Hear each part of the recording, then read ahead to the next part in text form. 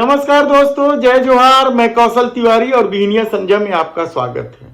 झारखंड के मुख्यमंत्री हेमंत सोरेन को प्रवर्तक निर्देशालय यानी ईडी ने कल गिरफ्तार कर लिया।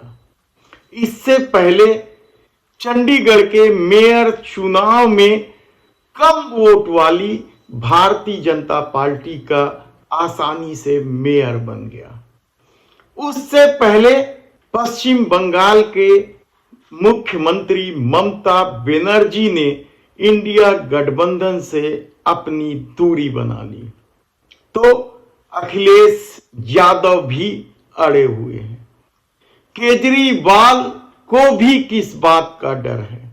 क्या देश माफिया राज की तरफ बढ़ता चला जा रहा है या बढ़ चुका है? यह मोदी सत्ता पर गंभीर सवाल है, क्योंकि जो मोदी सत्ता राम मंदिर के प्राण प्रतिष्ठा के आसरे 2024 का चुनाव जीत लेना चाहती थी, उसे अब लगने लगा है कि सिर्फ राम के आसरे चुनाव नहीं जीता जा सकता, और यही वजह है कि अब विपक्ष पर हमले तेज हो गए हैं। अगला शिकार कौन होगा? शरद पवार?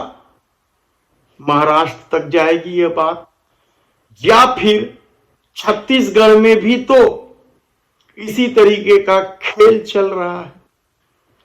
भूपेश बघेल के करीबियों के खिलाफ लगातार ईडी, एसीबी और कल आईटी ने भी छापेमारी की कार्रवाई की। पूर्व मंत्री अमरजीत भगत और उनके परिचितों, सहयोगियों, संबंधियों के निवास, ऑफिस, कार्यालय, सब तरफ आईटी की छापेमारी।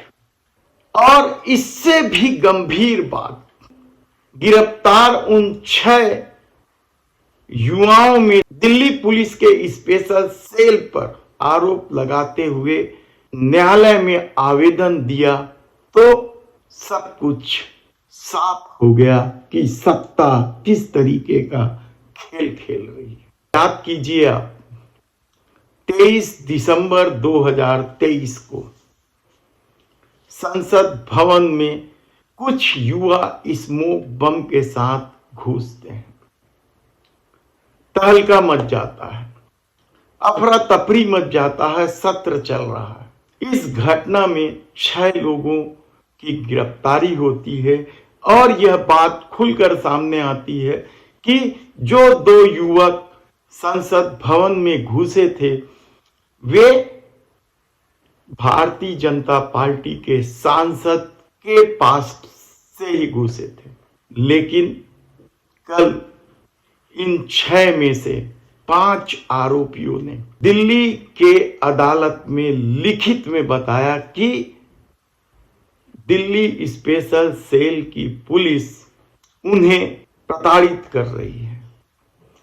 उनसे जबरिया यह कहलवाने की कोशिश कर रही है कि इस पूरी दुर्घटना में विपक्ष का कोई नेता शामिल हो। अदालत को दिए शपथ पत्र में इन 5 आरोपियों ने यह भी कहा कि उनसे 70 खाली पन्नों पर, यानी 70 सादे कागजों पर दस्तखत भी कराए गए हैं। बेहद ही गंभीर मामला है। लेकिन जब आंखों में धर्म की पट्टी बंधी हो, तब सत्ता की इस तरह की करतूत कहां दिखाई देती?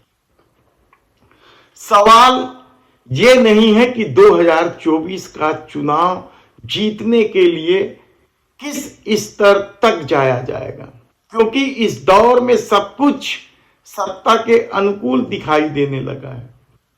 चुनाव आयोग या फिर दूसरी संवैधानिक संस्था केंद्र सरकार के इशारे पर जिस तरीके से काम कर रही हैं, उससे गंभीर सवाल उठने लगे हैं कि क्या 2024 को जीतने की कोशिश में लगी मोदी सरकार आने वाले दिनों में और क्या कुछ करेगी। कांग्रेस के राष्ट्रीय अध्यक्ष मल्लिकार्जुन खड़गे ने तो यहां तक कह दिया है कि यह 2024 का चुनाव आखिरी चुनाव होगा। क्या सचमुच ऐसा होगा? क्योंकि सवाल तो उठ ही रहे हैं सत्ता की करतूतों को लेकर। धर्म के आश्रय महंगाई और बेरोजगारी के मुद्दे से ध्यान भटकाने में मोदी सरकार सफल रही है। मोदी सरकार धर्म के आश्रय 250 करोड़ रुपए में 1 किलोमीटर सड़क बनाने वाली कैग की रिपोर्ट से भी बरी हो चुकी है। मोदी सरकार सिर्फ विरोधी दल के नेताओं को जेल की सलाखों में पहुंचाने की कोशिश में भी कामयाब रही है, कहा जाए तो गलत नहीं होगा। और वॉशिंग मशीन हो जाने का भी खेल धर्म के आश्रय ही किया गया। तब सवाल उन 5 युवाओं के शपथ पत्र का नहीं है और न ही चंडीगढ़ के मेयर के चुनाव में जीत का है। हेमंत सोरेन से लेकर ममता बनर्जी और नीतीश कुमार के भी पाला बदलने को लेकर कोई सवाल नहीं है। सवाल तो यह है कि जब राम लहर चल रहा है तब मोदी सरकार को यह सब करने की क्या जरूरत है? 205 लाख करोड़ रुपए के कर्जे में जा पहुंचे देश में यदि सिर्फ मित्र प्रेम में ही सब कुछ न्यौछावर कर दिया जाए तो फिर आने वाले दिनों में क्या स्थिति बनेगी? क्या मोदी सरकार 2024 का चुनाव सिर्फ इसलिए जीत लेना चाहती है क्योंकि उनके हाथों से यदि सत्ता चले गई तो कई लोग जेल की सलाखों के पीछे होंगे? लेकिन ये धर्म का दौर है। भक्ति में लीन करके लोगों को सत्ता क्या कुछ अपना खेल खेल रही है और किस तरीके से अनैतिक गलत कामों को सिस्टम का हिस्सा बना ली है, वह भी कम हैरानी की बात नहीं। और अब तो अदालत पर भी सवाल उठने लगे हैं। अदालत के प्रति भी विश्वास कम होने लगा है क्योंकि यदि फैसले सत्ता के अनुकूल ही होने लगे तो सवाल तो उठते ही हैं।